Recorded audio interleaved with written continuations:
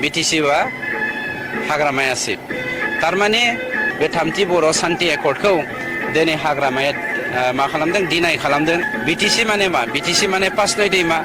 BTR माने मा? BTR माने गहपुरसिम गहपुरसिमखौ बिथाङा बारायनायखौ मालाबा दा मैया बड'लेण्ड बुब्लि निउज पर्टेलाव जोंना मानगोनां रन्जित कुमार बसुमतारी अरफे बि फेरेंगा बिथाङा माने बिटिसि आरो बिटिआर जोंनि मानगोनां आगोलनि बारग' बिटिसिनि चिफ श्रीजुत हाग्रामा महिलारिखौ बिटिसिनि चिफ जायो, बिटिआरनि आं चिफ जाया, आङो बिटिसिनि चिफ जागोन, प्रमद बर'आ बिटिआरनि चिफ जागोन बुंनाय खोथाखौ लानानै बिथाङा बिराद आक्रमन खालामनानै हाग्रामा महिलारि सारनि सायाव माने गाज्रि माखासे सोदोब बिथाङा बाहायनानै निउज पर्टेलाव खोथा बुंदों।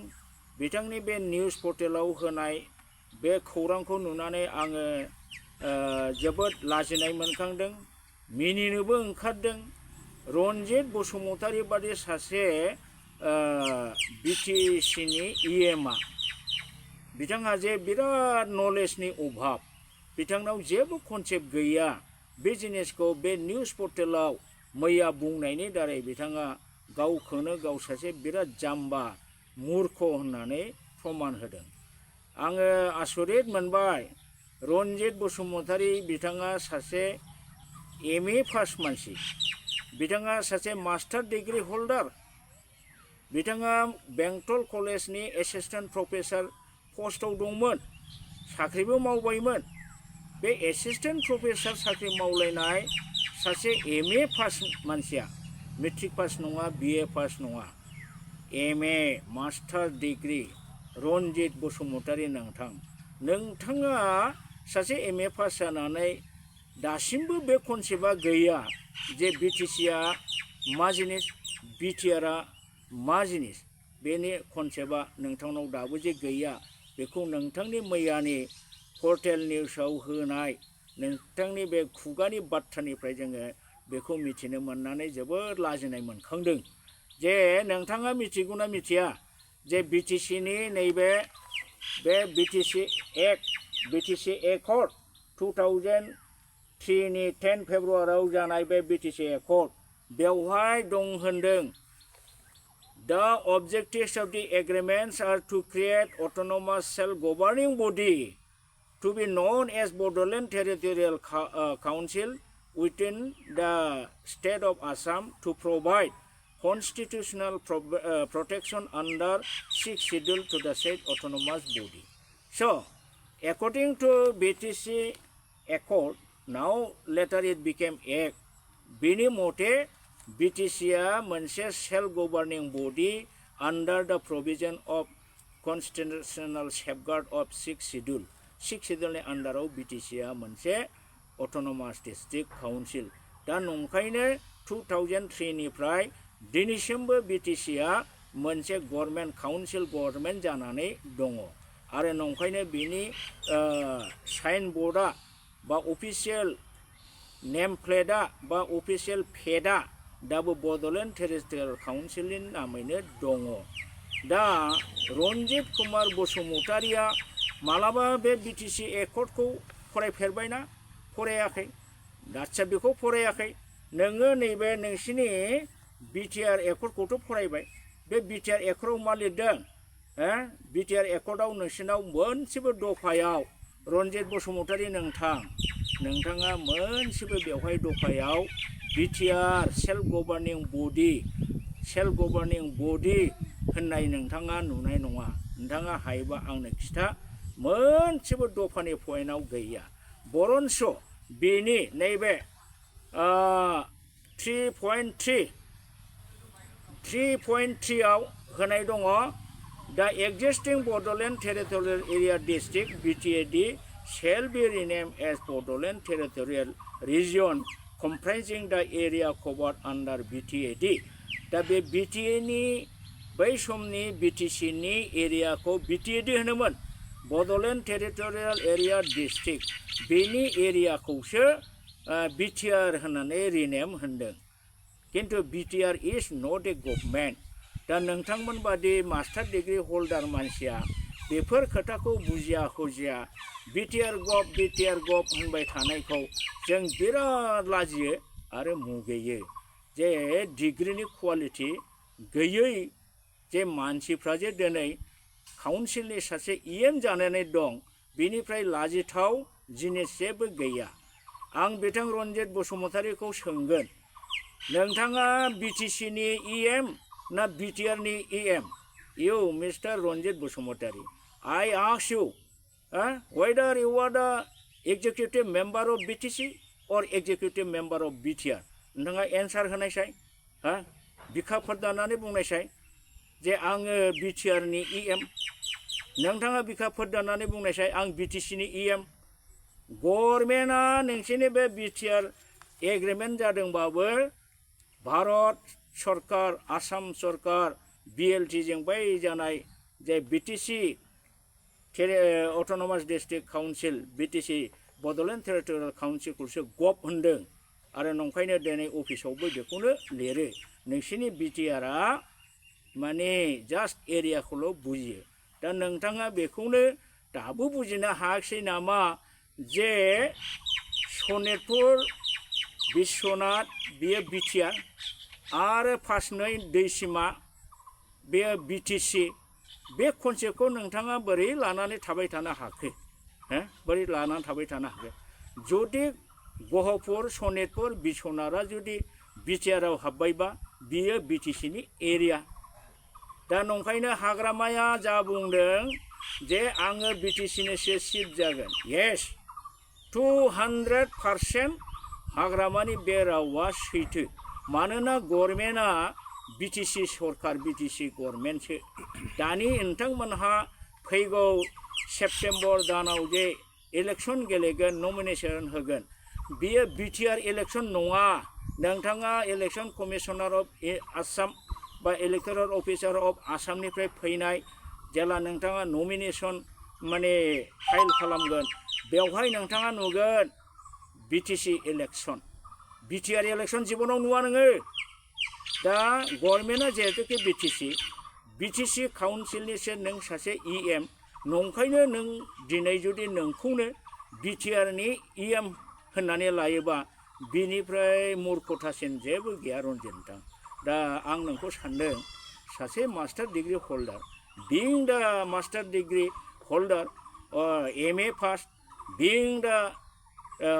assistant professor of Bengal College नों बेखौ मानो बुजिनो हादिया नोंथ' इंराजि लेक्सार होग्रा नोङो इंराजि रोंगौ नोंथ' बुजिनांगौमोन ना दा नंखायनो आंहा नोंथांनि बे कनसेप्ट क्लियार गैयैयाव बिटिसिआ मा जिनिस बिटिआरआ मा जिनिस बिनि कनसेप्टखौ दिनैसिमबो नोङो 5 बोसोर इएम जानानै मिथियैयाव आंहा सन्देह जादों नोंथांनि बे एमए पास जानाय डिग्रीनि सार्टिफिकेटआ बेयो फल्स सार्टिफिकेट नामा बा नोंथाङा नकल लानानैसो एमए पास जानानै फैनाय नामा जे नोंथाङा जेबो इंराजिनि सेन्टेन्स इंराजिनि बे बिटिसिनि क्लज बिटिआरनि क्लजखौ नोङो बुजिनो हाया दा नोंथाङा बेखौसो फकास खालामनानै लादों नंखायनो आङो नोंथांनि बे डिग्रीखौ माने 2 नम्बर डिग्री बादि आङो सानो निश्चय नोंथाङा थगायनानै सार्टिफिकेट लादों आरो बिखायनो जानो हागौ आंहा सिन्था दिनै फैदों आंनि गोसोआव बेरखांफैदों नोंथांनि सार्टिफिकेट एमए पासआ निश्चय फल्स बा नोंथाङा एमए जानायनि जेबो क्वालिटि गैया नंखायनो जेब्ला बेंटल कलेजआ जेब्ला गभर्नमेन्ट जानोसै एसिस्टेन्ट प्रफेसारफोरनि पस्ट प्रिन्सिपालनि पस्ट गोबां अफिसियेल स्टाफनि पस्ट जेलानाखि डाटा होनांसिगौ बे समाव नोंथाङा कलेजनि एसिस्टेन्ट प्रफेसार पस्टखौ गारनानै नोंथाङा एनडिएफबिआव हाबहैबाय कलेजआ एथ' गोबाव खाथिनानै नोङो जाथारनोसैयाव नोंथाङा बोरै गारना खारखो मा दुरबलथा दंमोन नोंथाङा मा खारन दंमोन मानो बे समावसो एनडिएफबिआव खारखो थारमाने नोंथाङा दुरबलथा दङ जे नोंनि सार्टिफिकेटआ फल्स होननानै डिटेक्ट जागोन अब्ला आं एरेस्ट जागोन एथ' गोबाव एसिस्टेन्ट प्रफेसार हिसाबै आङो मिथिजाबाय खामानि मावबोबाय दा बे हिसाबै बे माबाखौ नोंथाङा गिनानै एनडिएफबिआव खालामदों। दा एनडिएफबिआव थांनानै नोंथाङा मा मावहैदों मा मावहैयाखै आं मिथिया। एनडिएफबि मानिथ' अस्त्र दैग्रा बेबादियाव हयथ' जरित'। दा नोंथाङा MA पास जानानै जिखिनि कनसेप्ट जानांगौमोन बे जायाखसै। दा जोंहा लाजिनांगौआ दुखु मोननांगौआ बे सासे बिटिसिनि दिनै EM 5 बोसोर EM जानानै what is BTC what is BTR नोङो बबे बिटिसि गभर्नमेन्टनि ना बिटिआर गभर्नमेन्टनि EM बेखौनो इउ डोन्ट आन्डारस्टेन्ड बिं द मास्टार डिग्री। दा बे जिनिसा सन्देहजनक जाबाय। नोंथांनि सार्टिफिकेटआ निस्सय माने डाउटफुल। बे जिनिसा खोथाया क्लियार जाबाय। दा नंखायनो नोंथाङा हाग्रामा महिलारिखौ आं बिटिसिनिसो चिफ जागोन होननायाव भुल मोनदों। भुल गैया, गभर्नमेन्टआ दाबो बिटिसिसो। नोंसोर इलेक्सन जानानै गभर्नमेन्ट दाफैबाव नोंसिनि गभर्नमेन्टआ बिटिसिसो जागोन। इउ आर दा EM अफ बिटिसि गभर्नमेन्ट बेसो बिटिआर नङा। रन्जित दिनै नोंखौ क्लास लानांगौबा आरो बुजियाब्ला नोंथाङा आंनि खाथियाव मालाबा फै, आं नोंथांखौ थन्न थन्न बुजायगोन। आरो बिटिआर एग्रिमेन्टआव जाय बिटिआरखौ नोंसोर बिराद गिदिर सानो बे बिटिआरआव जेबो पावार एन्ड फांसन गैया। बे बिटिआरजों नोंथाङा होनदों जोङो बर'फा उपेन्द्रनाथ ब्रह्मनि बेबो नोंथांनि खोथा बुंनायाव दङ। बे एखे केसेटआवनो बर'फा उपेन्द्रनाथ ब्रह्मनि बे आदर्श नितिजों बिनि आदर्श नितिजोंसो जोङो गेरेमसा बर' हारि दानो जोङो UPPLआ नाजादों बा खामानि मावगासिनो दं होनदों। नोंथांनि बे उपेन्द्रनाथ ब्रह्मनि आदर्श नितिजों खामानि मावग्रानि फिसाब्ला नैबे बिटिआर सुक्तियाव नोंथांमोनहा मा लिरनानै गारबोआ मा लिरनानै गारबोआ Negotiations were held with both organizations for comprehensive and final solution to their demands while keeping intact the territorial integrity of the state of Assam. माबोरै लिरखो?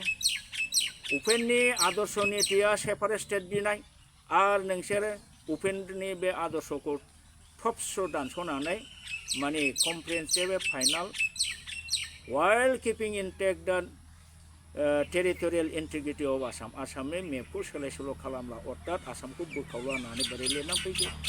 बेनो नोंथांमोननि बर'फा उपेन्द्रनाथ ब्रह्मनि आदर्श नीति फालिग्राया। आरो नै बाहाय दङ दा गावनि changing train of the Bodoland transforming Bodoland होननाय मोनसे बिजाब दिहुनदों। बेवहाय Bhaskar Jyoti Mahanta DGP retired DGP of Assam बाहाय बिथाङा लिरदों जे 1987 निफ्राय बर'फा उपेन्द्रनाथ ब्रह्मनि दिननिफ्राय स्ल'गान होबोनाय डिवाइड आसाम 50-50आ नैबे 2020 नि 27 जानुवारिनि प्रमद बर'नि बिटिआर एग्रिमेन्टनिफ्राय जोबफैबाय। This is the end of the Bodoland demand होननानै बुंबाय। होमब्ला बे सासे DGP आसामनि टप माने पुलिस अफिसारानो बेबादि लिरनाय होमबा बेबो मोनसे प्रुफ होबाय जे नोंसोर गमामायै बर' रायजो राजानि रायजो सेपारेट स्टेट डिमान्डखौ नोंसोर गारबाय। होमब्ला बियो बोरै नोंथांमोनहा उपेन्द्रनाथ ब्रह्मनि आदर्श नितिजों मावदों होननानै बुङो? रन्जित नोंथां लाजिया नोंसोर बिदि बुंनो? हिसाबावथ' लाजिथारनांगौ। Never you have followed the ideology and principle of Upendranath Brahma rather you destroyed all the ideologies and principles of Upendranath Brahma. दिनै उपेन्द्रनाथ ब्रह्मनि जिउमाया हयथ' नोंसोरखौ साव होगासिनोसो दं। बिथांनि सावआव नोंसोर गोग्लैनोसै बावला। आंथ' सान्दों बे देग्लायनि BTC इलेक्सनावनो नोंसिनि माने बेनो फार्स्ट नोंसोर बिटिआर गभर्नमेन्ट आरो बेनो लास्ट बिटिआर गभर्नमेन्ट। जोब्बाय नोंसिनि नाटकआ। बर'फा उपेन्द्रनाथ ब्रह्मआ नोंसिनि ठगबाजि खालामनानै सुक्ति खालामनाय बर'फानि आदर्श नितिखौ नोंसोर गारनायनि थाखाय नोंसिनि सायाव हयथ' बिराद बिथाङा अन्तरात्माया खुद्रिनानै दं एबारनिफ्राय नोंसोर जोब्बाय रन्जित नोंथाङाथ' नोंखौ बिराद सुपार हिर' माने हिटलार टाइप नोंथाङा साननानै लायो दा नोंथाङा गावखौनो गाव बिराद गोरों सानो खिन्थु नोंथांनि रोंनाया बेसेबां नोंथाङा बबे दैनि गाथोन दै गोथौनि ना थौलेनि ना मावा ना सान्दा दिनै बर' रायजो राजा बिटिसि ओनसोलनि रायजो राजाया नोंथांखौ सिनायनो बाखि गैला नोंथांनि आखल आखु नोंथांनि बिहेभियार नोंथांनि रायजो खुंनाय केपासिटि बयबो दिनै मिथिबाय उन्दै गिदिर आं नोंथांखौ रिमाइन्ड खालामनानै होनि नोंथाङा 2021आव जाहारबारि गामिनि जथुमा बसुमतारी 24 बोसोर बैसोनिमोन बेखौ उन्दुबाय थानाय समाव फरेस्टनि एनजिअनि सोद्रोमा बिथांमोनहा मेगन बुख्रुबनानै फैदों दा मेगना खाना जानानै थाबाय ट्राक बे मानसिनो मेगनखौ सिकित्सा खालामनो थाखाय नोंथाङा ट्राक गंसे दंफां सेंसन हरनानै बेखौ फाननानै मेगनखौ सिकित्सा खालामहोदोंमोन नाथाय मेगना टटेलि खाना जाबाय मेगन नुनो मोनला सासे मानसिनि जिउ खांनांगौआ मेगन नुयैनि थाखाय दिनै अन्धकार जाबाय बेहायबो नोंथांनि अरिहना दङ नोंथांनि माने बेवहाय नोंथांनि किसु एंगेजमेन्ट बा इनभल्भमेन्ट बेवहाय नोंथांनि दङ 9/12/2022 नोंथाङा निस्सय गोसोआव दङ बेनामिन बसुमतारी बिफा हायथा बसुमतारीखौ बिथाङा सेननि ना नायनानै न'आव फैबाय थानाय समाव फरेस्टनि एनजिअनि केडारफ्रा बेखौ फेन्दायाव गावनानै जखम खालामो सन्त्रास गावग्लुं खालामनानै फेन्दायाव गावफायनानै नोंथांमोनहा बेखौ जखम खालामनानै दिनै पंगु खालामो दा मानसिखौ मोन्दों होननानै बेयो दंफां लायदों जुदि गमामायै लायदोंबा खानानै दोनना बेखौ जेलाव हरनो हायामोन मानो डाइरेक्ट फेन्दायाव गावखौ एनजिअनि मानसिया बहा सिलाय मोनखो बोरै गावनो हाखो नोंथाङा बेखौ मालाबा रिप्लाइ होनायसाय खेंफोरथि होनायसाय जे एनजिअनि मानसिया बोरै सिलाय मोनखो नोंथाङा क्लियारिफिकेसन हो दा बेबादि नोंथाङा सन्त्रास बिटिसिआव हाग्रा ओनसोलाव मानसिफोरखौ सिगिग्लुंदों सन्त्रासबाद खामानि मावदों नोंथाङा आरो आं नोंथांखौ बुंबावगोन फैगौ 11 मार्च 2022आव आनन्द बसुमतारी गामि अक्सिगुरि गामिनि अक्सिगुरि रायमनानि बन लायनो थांनायखौ सिखा खुख्रिजों जनि मानसिफ्रा आथिं आखाइ दानख्रुबो बन लायनो थांबा गोदो गोदायनिफ्रायनो हाजो ओनसोलना बन लायनानै जाग्रा बन फाननानै जाग्रा जोंहा बर'नि मोनसे कालचार ट्राइबेलनि आखुआनो हाग्रा बंग्रा थांनानै नाहा मैहा थांनानै बन लायनानै जाग्रा बे मोनसे कालचार दिनै नोंथांमोनहा बिटिआर एग्रिमेन्ट जाखांनाय लोगो लोगो नोंथांमोनहा सरकार दानाय लोगो लोगो दिनै हरखाबै गासिबो बर'नि कालचारखौ बोलोयै एकदम माने बोलो बाहायनानै हथारै फोजोबस्रांनो नाजानाया बे थिग जायाखै नोंथांमोनहा लासै लासै मानसिफोरखौ हय इलिगेल मावदों साजा हो आयेन बिजिर जेन नांगौबा जेलावसो नाथाय नोंथांमोनहा माब्रै डाइरेक्ट नोंसोरो माने आयेनखौ आखायाव लायो आथिंखौ बिथांनिखौ हान्थुखौ दानख्रुबबाय RNB हस्पिटालाव रायजो राजाया फैसा खांनानै सिकित्सा खालामबाय नोंथांमोननि थरफनिफ्राय बा एनजिअनि थरफनिफ्रायथ' एक फैसाबो बिथांनो दान होनाय जायाखिसै हेल्प होनाय जायाखिसै दा बे बेसेबां नोंथाङा माने इनहिउमेन एक्टिभिटिस नोंथाङा खालामगासिनो दङ 14 आगस्ट 2023 नाबेश्वर बसुमतारी मालिबिटा चिरांनि बे चिरांनि मालिबिटानि गामिनि नाबेश्वर बसुमतारी बिथांखौ फरेस्टनि मानसिफ्रा न'निफ्राय हमनानै लांनानै थाख्लाय दै सेराव गावथारहैदों अस्त्र नागिरहोनो लांनानै अस्त्रखौ नागिरहो नाथाय बेखौ लांनानै फल्स नागिरफ्लानानै मानसिखौ दै जिङाव गावथारनानै गारबोनाया बे नोंथांमोननि बिराद आयेननि बिरुदि जादों। जे सासे मानसिया दायोबा हमनो मोनखानाय मानसि जेलाव सोदो, नांगौबा जुदि केसा गिदिरबा थैजासे पानिशमेन्ट जेलाव सोदो, बिदि होननानै मानो गावथारनांगौ? बर' मानसिफ्रा बर'खौनो, नोंथांनि फरेस्टनि मानसिया बर'खौनो गावथारनो खुनु एसेबो गोसोआव हमथानाय गैया, दिदाबद गैया, निस्थुर भाबै अननाय खाननाय गैयालासे नोंथाङा मानसि बुथारहोगासिनो दं एनजिअनि थ्रयै बा डिपार्टमेन्टनि थ्रयै। दा नोंथांनि बेखौ नायोबा नोंथाङा जे एकदम हिउमेनिटि गैया, नों जे सासे मानसि मनुष्यत्व गैया, बे जिनिसा प्रकाश जायो। रन्जित, नोंथाङा सासे क्वालिफाइड मानसिमोन, हाइलि क्वालिफाइड, खिन्थु दा नोंथांनि एक्टिभिटिसजों, नोंथांनि खोथा बाथ्रा बुंनायजों, नोंथांनि बिटिआरनि कनसेप्ट गैयैजों, नोंथांनि बिटिआरनि दफाफोरनि सायाव नलेज गैयैजों, बेखौ नायोब्ला नोङो सासे लेखा रोङै साइसनिसो मानसि नोङो। दा नोंथांमोननि चिफ प्रमद बर'आबो सायाव बिराद सालु देखायो, गावखौ बिराद गोरों देखायो, थाथिखे खुगा बिजौआव, सालाय बिजौआव फेर फेर फेर फेर बाथ' दाउ आवरायनाय बादि आवरायो, नाथाय सिङावथ' एसेबां बुजिनाय साननाय गैया। रन्जित, नोंसिनि चिफआ जायखौ नों सार होनो, प्रमद बर'आ बेसेबां फरायनाय? आं खोनानायावथ' हायार सेकेन्डारि पासल' होननानै आङो खोनानो मोन्दों। होमबा जों क्वालिफाइड, हाइलि क्वालिफाइड होननानै बुंजाया, नाथाय बिथांनाव माने नकल बुद्धि, थगायनाय बुद्धि बिराद दङ। नोंथांमोननि बिटिआरनि CEM प्रमद बर' बिथाङा 17 सेप्तेम्बर 2023 खालि हेमन्त नार्जारि जाहारबारि बिथांखौ PMY न' लुनायनि खिरखिनि थाखाय दंफां थुख्रा फिसा गुसुं बिथाङा साइकेलजों नारनानै लायदोंमोन।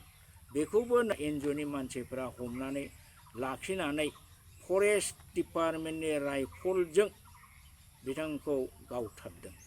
होमबा सिन्था खालामनानै नाय, दंफां थुख्रासे लायनायाव गावथार जानांगौ नामा पाब्लिक मानसिया? माथो जों खोनायो नोंसोरो ट्राके ट्राक फरेस्ट एनजिअनि दारै 2 नाम्बारि दंफां फाननानै जानाय गोबां खोनायो। रायजो राजायानो हाग्रा ओनसोलना जोंनो खिथाहरो, नोंथांमोनहा गोबां दंफां फानखोमानानै जायो। होमबा नोंथांमोननि एनजिअनि केडारफ्रा दंफां फाननानै जायोबा बेहा रेहाय दङ, दाय गैया। आरो बेनिफ्राय पाब्लिक मानसिया खिरखि लुनो, सोरबा न' लुनो दंफां एसे हाग्रायाव लायोबा बेखौ नोंथांमोनहा गावथारो। मा रोखोमनि जास्टिस बेलाय?